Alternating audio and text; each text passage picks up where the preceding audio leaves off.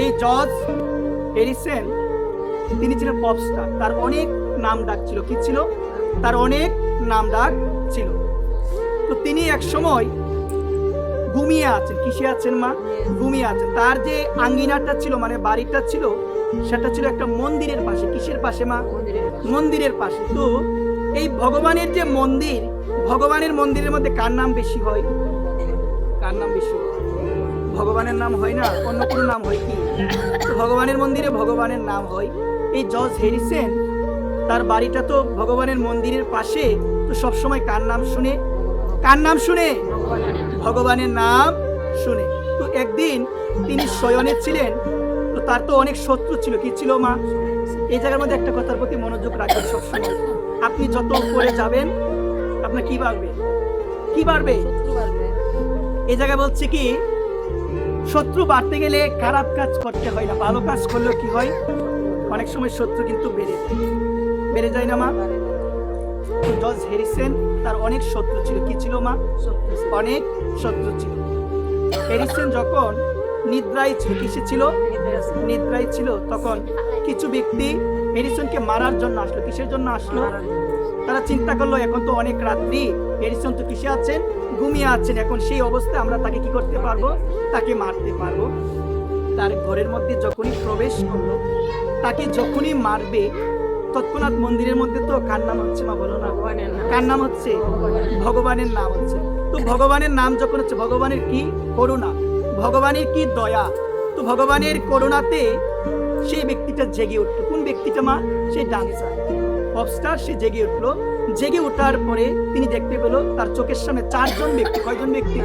চারজন ব্যক্তি তাকে মারার জন্য এসেছে। কিন্তু যখনই দেখলো জর্জ হ্যারিসন ঘুম থেকে উঠে গিয়েছে, তারা দৌড়ে পালিয়ে গেল।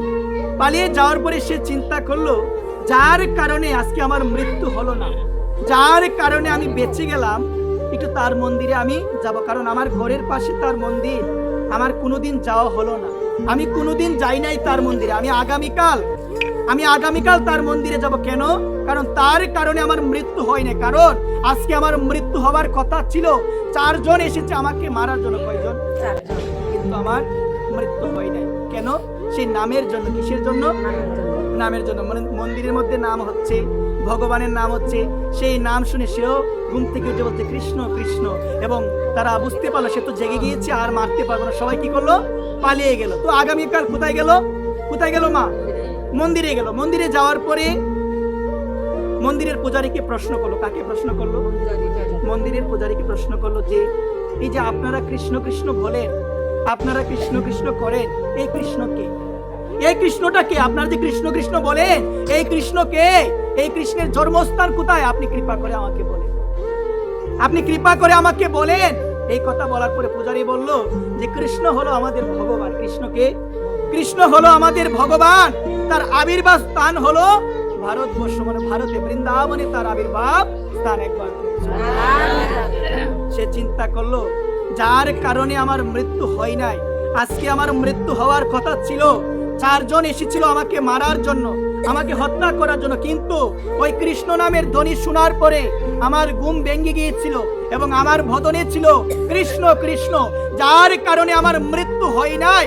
এখন আমি কোথায় যাব? ওই কৃষ্ণ যে জায়গার মধ্যে জন্মগ্রহণ করেছে, ওই কৃষ্ণের যে আবির্ভাব স্থান, সেই জায়গার মধ্যে আমি একটু যাব পরিদর্শন করার জন্য। একবার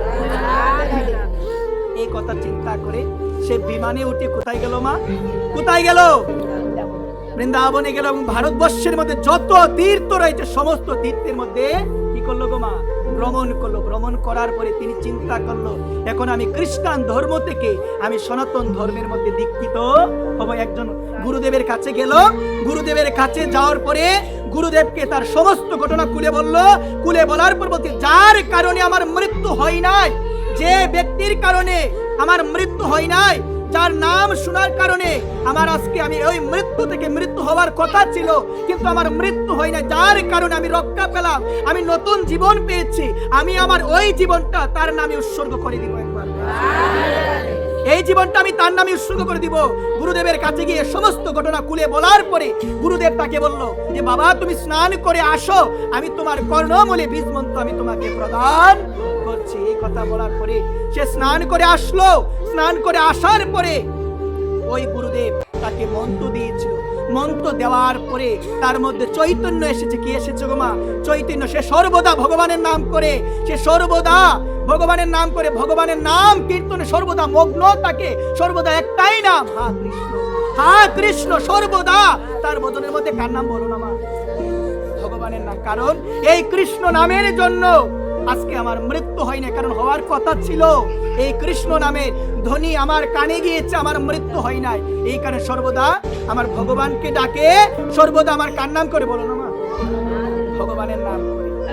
একদিন এই হ্যারিসন তিনি অস্ট্রেলিয়া গিয়েছে, বিভিন্ন পাশ্চাত্য দেশ এগুলোতে যাওয়ার পরে ভগবানের দিব্য নাম সে প্রচার করেছে। কার নাম গো মা?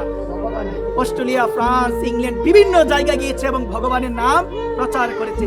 সে কিছু ভক্তদের বলে দিয়েছিল আমার যখন মৃত্যু হবে, যে জায়গার মধ্যে আমার মৃত্যু হোক না কেন, যে জায়গার মধ্যে আমার মৃত্যু হোক না কেন, আমার অন্ত্যেষ্টি ক্রিয়া যেন হয় ওই ভারতের মধ্যে একবার। আমি যদি আজকে অস্ট্রেলিয়ার মধ্যে মারা যাই, আমি যদি আজকে ইংল্যান্ডে মারা যাই, তোমরা কি করে দয়া করে কৃপা করে বিমানে করে আমার সেই দেহটা নিয়ে তোমরা কোথায় যাবে? ভারতে যাবে। ওই ভারতের মাটির মধ্যে যেন আমার অন্ত্যেষ্টি ক্রিয়া হয়। বলো মা, ভারতের মাটির মধ্যে যেন আমার অন্ত্যেষ্টি ক্রিয়া হয়। সবাইকে বলে দিবে। এই হ্যারিসন যখন মৃত্যুবরণ করলো, মৃত্যুবরণ করার পরে তিনি কিন্তু আরেকটা কথা বলে গিয়েছিল মা, কথার মধ্যে একটা ধ্যান দেন। তিনি বলছেন আমার তো যখন মৃত্যুবরণ হবে, কারণ মৃত্যুবরণ তো আমাকে করতে হবে, আমার মৃত্যুবরণ অনেক আগেই হওয়ার কথা ছিল, কিন্তু একজনের নাম শুনে হয় না। তিনি কে? তিনি হচ্ছে ভগবান কৃষ্ণ। তার নাম শুনে, তার নামের ধ্বনি শুনে আমার মৃত্যুটা হয় না, কিন্তু মরতে তো একদিন হবে। আমার মৃত্যু হলে দেহ নিয়ে ভারতে যাবে, ভারতে আমার অন্ত্যেষ্টি ক্রিয়া হবে। আমার চিতাবর্ষটা কি করবে জানো?